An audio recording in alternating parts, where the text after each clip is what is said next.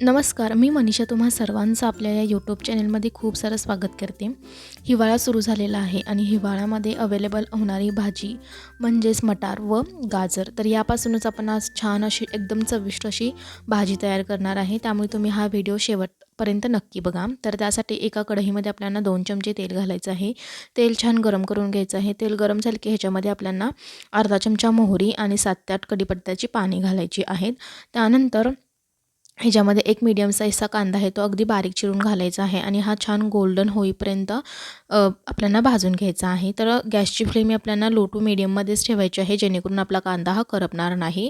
तर अशा पद्धतीने गोल्डन ब्राऊन कलर आल्यानंतर ह्याच्यामध्ये आपल्याला एक पिकलेला छोटा साईजचा टोमॅटो आहे, तो बारीक चिरून घ्यायचा आहे आणि हा टोमॅटो देखील छान मऊ होईपर्यंत आपल्याला भाजून घ्यायचा आहे. तर ह्याच्यामध्ये आपल्याला चवीपुरतं मीठ घालायचं आहे. तर सुरुवातीला मीठ घातल्यामुळे काय होतं की आपला कांदा व टोमॅटो आहे तो पटकन मऊ होतो, पटकन शिजतो. त्यामुळे आपल्याला सुरुवातीला मीठ घालायचं आहे आणि व्यवस्थित परतवून घ्यायचं आहे. तर एकदम मऊ होईपर्यंत आपल्याला हा भाजून घ्यायचा आहे. तर त्यानंतर ह्याच्यामध्ये आपल्याला पाव चमचा एवढी हळद घालायची आहे. तर हळद घातल्यानंतर देखील एक अर्धा मिनिट तेलामध्ये छान भाजून घ्यायचे आहे, जेणेकरून हळदीचा देखील कच्चा वास येणार नाही. तर व्यवस्थित हे सगळं मिक्स झालेलं आहे. तर आता आपल्याला हे एक 2 मिनिटांसाठी लो फ्लेमवरती छान हे वाफवून घ्यायचं आहे, म्हणजेच आपला टोमॅटो छान मऊ होऊन येतो. तर तुम्ही बघत असाल की छान आपला टोमॅटो हा मऊ झालेला आहे. तर व्यवस्थित हे परत एकदा मिक्स करून घ्यायचं आहे. तर आपण इथं चेक करू शकताय बघा, इझिली आपला हा टोमॅटो कट होते, म्हणजेच व्यवस्थित टोमॅटो शिजलेला आहे. त्यानंतर इथे मी 3 मोठ्या साईजचे गाजर आहेत, ते बारीक कट करून घेतलेले आहेत आणि पाव वाटी एवढं मटार घेतलेलं आहे. तर हे दोन्ही आपल्याला हे व्यवस्थित तेलामध्ये भाजून घ्यायचं आहे.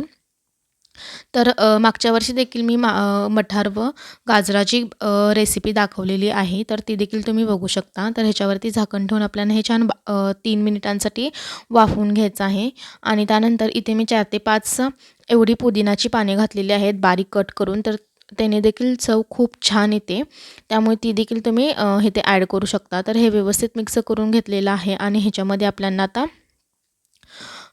बाकीचं सामान घालायचं आहे. तर इथे कोणताही मसाला न वापरता फक्त लाल तिखट वापरून ही भाजी मी बनवलेली आहे.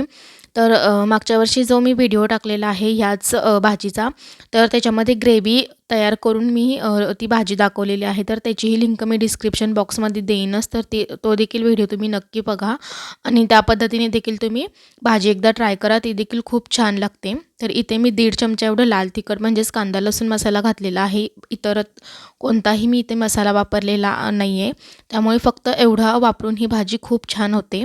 त्यानंतर इथे मी अर्धी वाटी एवढं पाणी घातलेलं आहे. तर आता गॅसची फ्लेम हाय करून आपल्याला ह्याला छान एक उकळी काढून घ्यायची आहे आणि उकळी आली की आपल्याला गॅसची फ्लेम लो टू मीडियम ठेवून झाकण ठेवून एक 10 ते 15 मिनिटांसाठी ही भाजी आहे ती शिजवून घ्यायची आहे. तर आता ह्याला छान उकळी आलेली आहे. तर आता मी गॅसची फ्लेम ही मीडियम ठेवलेली आहे आणि ह्याच्यावरती झाकण ठेवून देऊन एक 15-20 मिनिटांसाठी आपल्याला ही भाजी छान शिजवून घ्यायची आहे.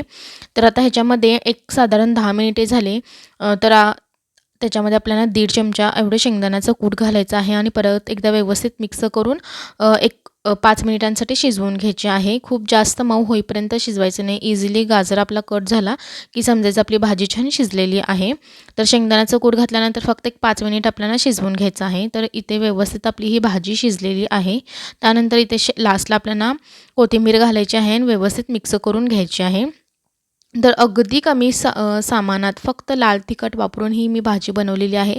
खायला अतिशय सुंदर लागते, त्यामुळे तुम्ही ही रेसिपी एकदा नक्की ट्राय करा आणि मला कमेंटमध्ये नक्की कळवा.